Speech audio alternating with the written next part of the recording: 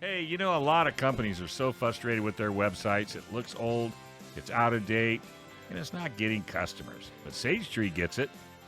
Since 2005, SageTree has been helping companies with websites that look great, work great, and get leads. Stop being frustrated by your website and get one that you're proud to share. Contact SageTree today to get a website that makes the phone ring. Getting started is super easy. Call 866-728-9100. That's 866-728-9100. And let them fix your website today. They do fantastic work. I can absolutely vouch for that. Okay, so our next guest, Stephen Gutowski, is going to be I believe the title is going to be Second Amendment contributor to CNN. Is that right, Stephen? Yeah, contributor and focusing on gun policy and politics over there. And that's, you said CNN. Yeah, that's right. In addition to, of course, I run the Reload. That's the publication that I founded, and so this is sort of like a part-time job on top of me still reporting over at the Reload. Would you say that this is their way of trying to steer the ship a little bit more to the right? Not hard, but a little bit more to the right instead of hard left? Yeah, I mean, honestly, I think that's probably a fair way of looking at it, at least as far as trying to bring in more perspectives than they used to have over the last couple of years. They went through a management change there, and so they're trying to do things a little bit differently now, and I think this is part of that. Was that the feeling you had when you had your interview for the position? I mean, they kind of laid out, you know, what they were looking for, and it fit what you were willing to give? Yeah, I think that's exactly right. I mean, obviously they're not talking about it in terms of like, oh, we're trying to move right or anything like that. No. Yeah. They want to find people who have expertise on the topics that they want to cover, and this was an area where they were looking to add people who had knowledge, which, as you're probably aware, is not a very common thing in media. So, that's more what they were, talking to me about when we were deciding on this, whether to do this or not. Is they're looking for me to give my informed, takes on what's happening. They're looking for analysis. They're not looking for me to be an opinion guy or a talking head type. And so that's something that I was interested in doing. They're not trying to tell me what to say or feed me talking points or anything like that. And so I'm looking to give it a go. So what is your background that caused them to choose you? Yeah, sure. I mean, I've been reporting on guns for the last decade or so. I was at the Washington Free Beacon, which is a conservative publication based out of D.C.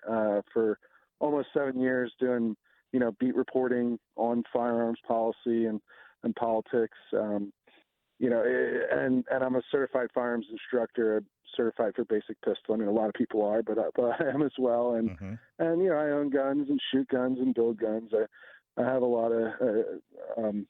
It takes up a lot of my free time as well as my professional life. But I've been on the cover of Time, and I've broken a lot of stories like the background of President Biden's first ATF nominee, which caused the White House to pull him, was one of my big stories at the Reload, which I launched about a year ago. So, I've had a lot of success so far, but looking to do a lot more too in the coming years here. Have they given you a time slot? Are you on any particular time during the day or evening? No. This is contributorship. So basically, I could be on any of their shows that want to do a gun segment. I've been on their 4 p.m. slot. I've helped with research for stories as well on some of their primetime shows when they've talked about guns to this point. I've given comment for some of their online, CNN.com stories, that kind of thing. Anybody who's at CNN that wants to ask me to come on or needs help on a story, I'm there to help. I would consider that a serious feather in your cap to be able to do this, because you now have an opportunity. I mean, talking to us is you're preaching to the choir, but talking to the CNN viewer, you're bringing a total different perspective prior to what they were preaching to the choir. Now they're getting well, I can honestly say, and I don't know you personally, but they're going to get a true, picture of what's going on in the gun world. Yeah, that's my hope, right? Is just to bring more knowledge to the operation, to the audience. I mean, that's what you want to do as a journalist, right? Is to inform people, to give them the facts and help them make informed decisions when they're going about their lives. And I think the mainstream media, major media outlets have been pretty bad at that when it comes to gun policy to this point. And so anything I can do, it's obviously a small thing. I'm just one guy, but anything that I can do in that front is, I think, beneficial. How was your reception at the station? It's been great. Yeah, it's been great so far. I mean, I think there's a lot of reporters there who want to improve their reporting on the topic. I think that's been the case for me whenever I do talk to major media reporters. Is oftentimes, obviously, there's a political bias that goes on. I'm not going to deny that. No. And I'm not necessarily talking about CNN in particular, but just the media at large. Mm-hmm. But I think a lot of the problems you see, these constant mistakes about the difference between semi-automatic and fully automatic, talking about the gun show loophole, stuff like that, base level misunderstandings of how guns work or how gun policy works. A lot of that's based on just a total lack of knowledge in the industry. There aren't people focused on this topic at most major outlets. And so when they go to write about it, it's almost always surrounding a mass shooting, right? And it's almost always a reporter who just doesn't have knowledge on the subject. And so usually reporters want to get the facts right. I find they're just oftentimes not equipped to do it. And so hopefully more outlets will do something like this, bring in somebody who knows more about what they're talking about in this subject. What's your biggest fear about going forward in this position with CNN? Yeah, I mean, the concern is always that you're that maybe management changes and they try to use you in a different way, and you just get stuck in that sort of talking head back and forth. Here's what we want you to say, or else you're gone kind of thing. I'm not really concerned about that, to be honest. Every conversation I've had with them has been extremely positive, and everyone there is working together to try to improve this coverage area. It's something I think is going to be really good. The other concern would just be not that it doesn't pan out the way that we all hope it will, and I don't get on very often, or they stop reaching out to me for advice on stories or anything, and I just don't have the impact that I was hoping to have. I don't think that's what's going to happen. I think it's crucial. I think it's extremely important. I don't know how much you know about Gun Owners Radio or San Diego County Gun Owners or Inland Empire or anything, our organizations at all, but it is a major piece of our strategy to reach out to media.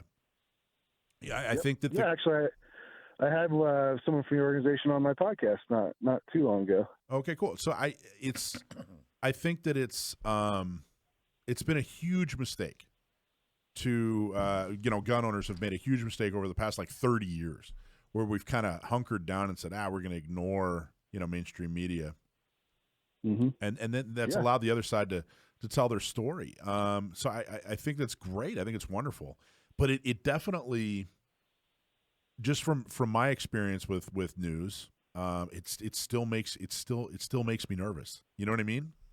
That means you're still not watching. Well, it's just the trust. I'm just like, you say one thing and they twist it the other way.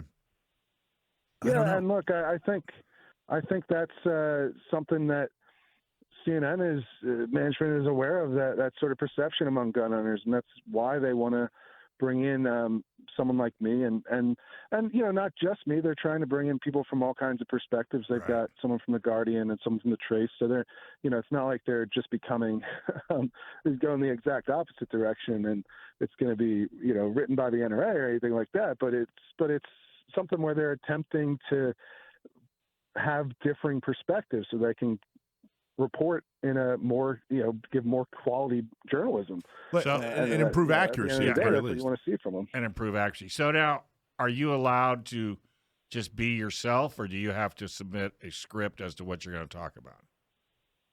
No. I'm totally allowed to be myself and say Wow. things I believe. That's what they want me there for. That's everything they've said.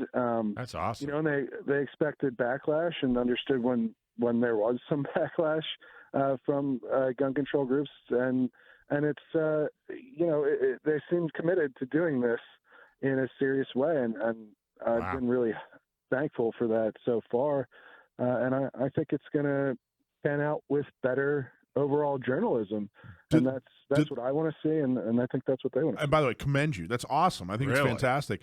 Do they have like a gun control equivalent? Is there somebody on their staff that's the opposite of you? Yeah, they have 347,000. Sure, but they've got somebody from the Trace, which is a publication like The Reload, but they're funded in part by Everytown, and so they have that perspective as well. So it's doesn't mean that I'm going to be writing all their stories that are about guns, or I'm going to have input into every segment they run or anything remotely like that. It's just, but you're there. I'm a resource for their shows. These shows are produced by their own teams, and hopefully I'll be able to build relationships with all those teams and be able to give an honest perspective to them whenever they are doing a gun story, or come on the show and be the person that they interview. That sort of thing is what I expect to happen. And I've talked to the other members of the Guns in America beat that they're putting together, and they seem like great people who, at the very least, are respectful and open to dialogue, which is all you can really ask for. Right? No, that is. Is he staying with us? Yes, sir. Absolutely. Hang in here. This is way too important. Hey, is there a more effective tool that empowers a 100-pound woman to defend against a 200-pound attacker? That's why it's so important to women to learn how to defend themselves with the most effective self-defense tool ever invented. For women, led by women, the Not Me program is designed to help with training, purchasing a gun, and getting a concealed carry permit. And guess what? It's free to sign up. Go to notmesd.org. The program is also available in Orange County and the Inland Empire. Get help today. Notmesd.org. Get a bunch of your girlfriends together and have the time of your life. All right, we're going to go back to Stephen, but before we do that, Action Jackson has a very important question for you, Stephen. Oh, yeah. Go for it. What's your favorite gun? Good question. That's a 9-year-old shooter. Yeah. That's a 9-year-old shooter that's our co-host, just so you'll know. All right. I have a lot. I'm going to say the Chris Vector in full auto. Oh, wow. If that's fair. I don't know. Well, wait a minute. You must not be in California. I was going to say, it's not fair to say that to a bunch of Californians. Since we only have 3 guns on the roster. 2 BB guns and a Glock. I can't afford a full auto Chris Vector either. So, but how about, let's see, I really like the 6-hour P320X5. How about that? That's a good one. That's still not on the roster.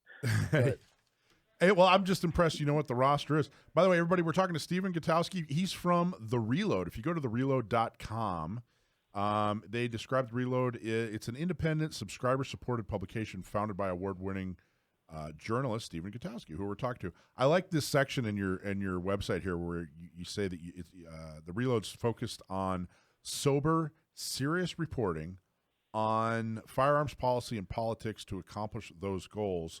No hot takes, no screaming, no manipulating, just reporting. And I have a feeling that's exactly why you got the gig with CNN. I think that's probably exactly what they're at least attempting. Yeah, I think that's fair to say.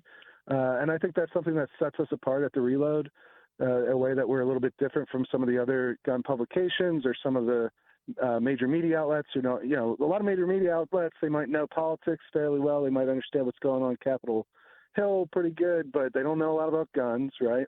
And then a lot of gun publications, they know a lot about guns. They could tell you the muzzle velocity of, the 5.56 off the top of their head, but they might not know as much about what's going on Capitol Hill. And so we try to bridge that gap, and I think that is something that's been appealing to CNN. We don't run editorials. We try to stay away from hot takes, and we try to focus on reporting and analysis, and I think that's what they want from me. Do you have, something happened to me a few years ago. New York Times reached out, not exactly a pro-gun, media outlet or thought of as a pro-gun media outlet, right? Would you? I don't know. Sure. You'd agree that New York Times doesn't, right? I mean, that's not a outlandish I would thing. agree. Yeah. They reached out and they said, "Hey, we're running this story on ARs, basically, or assault weapons. I forget how they phrased it. Semi-automatic guns, assault weapon ban, something having to do with ARs."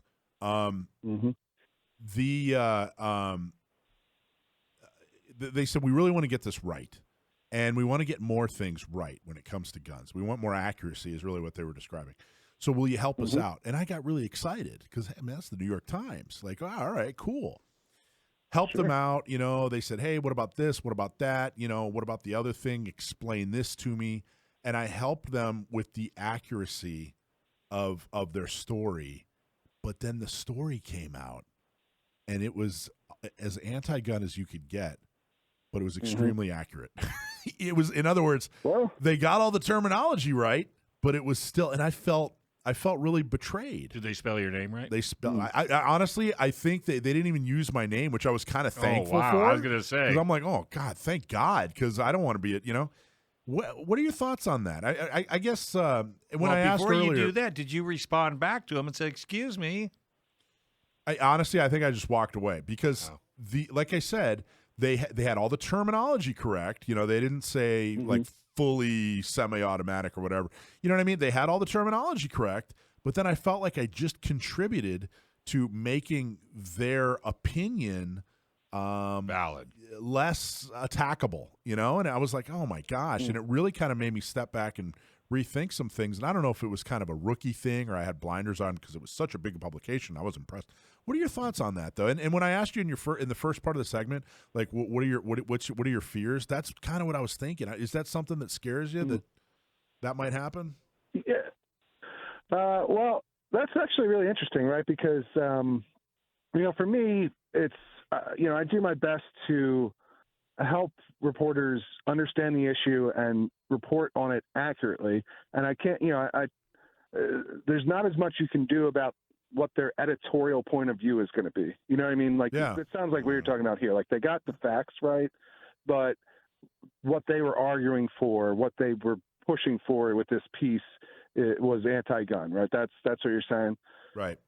It was kind of a look. Right? It was kind of a look. If I get what you mean. If you're gonna ban ARs, this is the way to do it. Right. And I'm like, oh my God, I kind of helped them. Well, this is kind of the question I had about when you go on air, and I guess the second part of my question is, when you go on air, is it live or is it live to tape?